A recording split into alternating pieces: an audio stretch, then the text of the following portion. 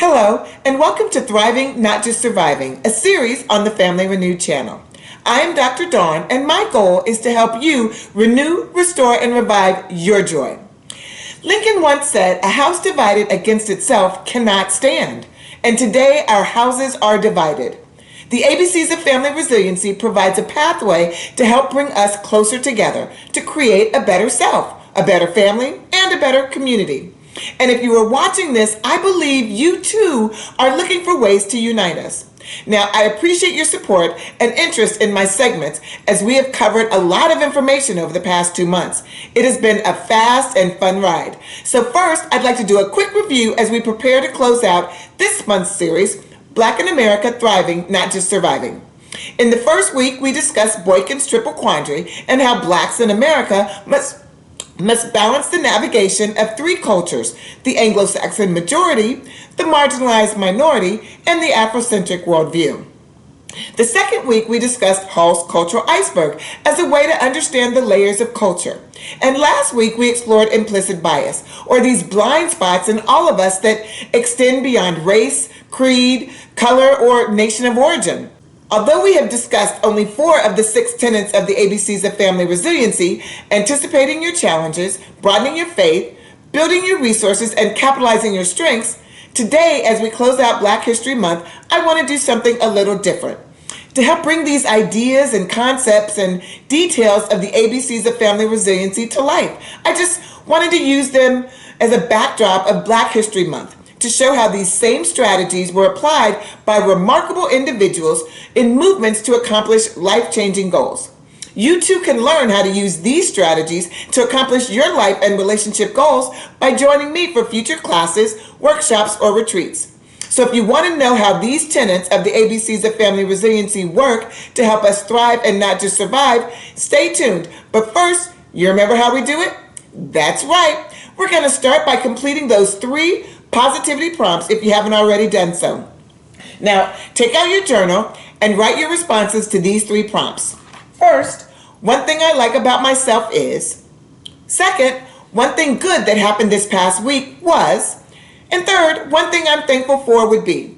Remember, you must be intentional because this positive energy is your superpower, and it will help you guard against the negativity that you will surely face today, tomorrow, and in the future.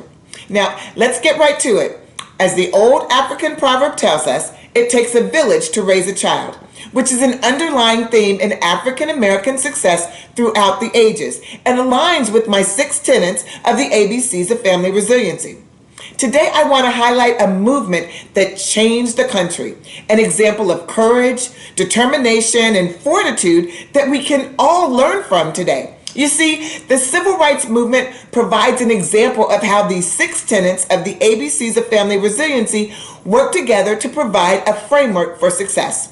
When we anticipate the challenges, broaden our faith, build our resources, capitalize on our strengths, cultivate our relationships, and commit to ourselves, our families, and our communities, we can achieve the goals we set out to accomplish.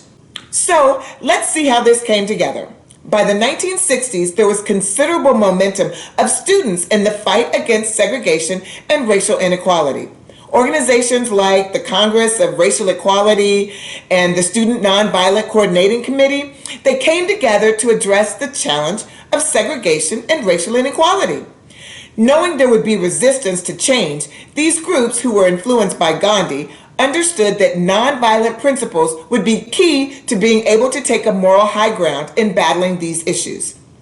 Beginning with sit-ins and moving to kneel-ins at the foot of churches, these students were able to underscore the power of faith with their actions, resulting in the acknowledgement by the 172nd General Assembly of the United Presbyterian Church in 1960 that said, quote, "Laws and customs requiring racial discrimination are serious violations of the laws of God," end quotes.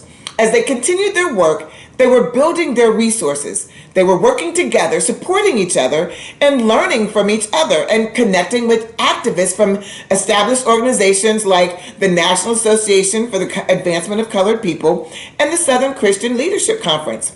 By collaborating, they grew in number and support and were able to capitalize on the strengths of the individual organizations. Understanding the power of representation and the power of the vote, they cultivated relationships amongst each other. Black, white, red, brown, yellow, together committing to the family of humanity and the well-being of all.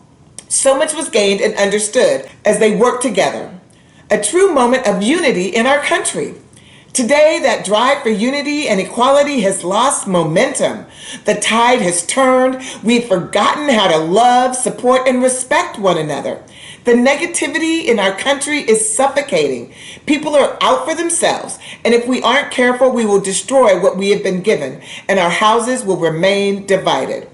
As we end Black History Month, think about how you can use the ABCs of family resiliency to do your part in reviving the momentum we have lost. The civil rights movements focused on unity and creating opportunities for equality, continuing the legacy of success of such icons as Harriet Tubman, Frederick Douglass, Ida B. Wells, Martin Luther King Jr., Fannie Lou Hamer, and Barack Obama. We each have a role to play so we all can enjoy the promises of our Declaration of Independence: life, liberty, and the pursuit of happiness. As I mentioned, this segment was slightly different from previous ones. And today I'm asking you to take on a personal challenge of using elements of the ABCs of family resiliency to help unite that divided house and create a healthier self, family, and community. Now, if something I mentioned in today's segment resonated with you, please leave a comment below. And don't forget to like, share, and subscribe to my channel. And if you feel this content has been beneficial to your development and you would like to support our channel so we can continue to provide this quality information to others, please donate below. Lastly, I hope you will join me, Dr. Dawn, next month as we focus on our youth and the struggles they are dealing with. Adolescents thriving, not just surviving. Thank you, and see you next week.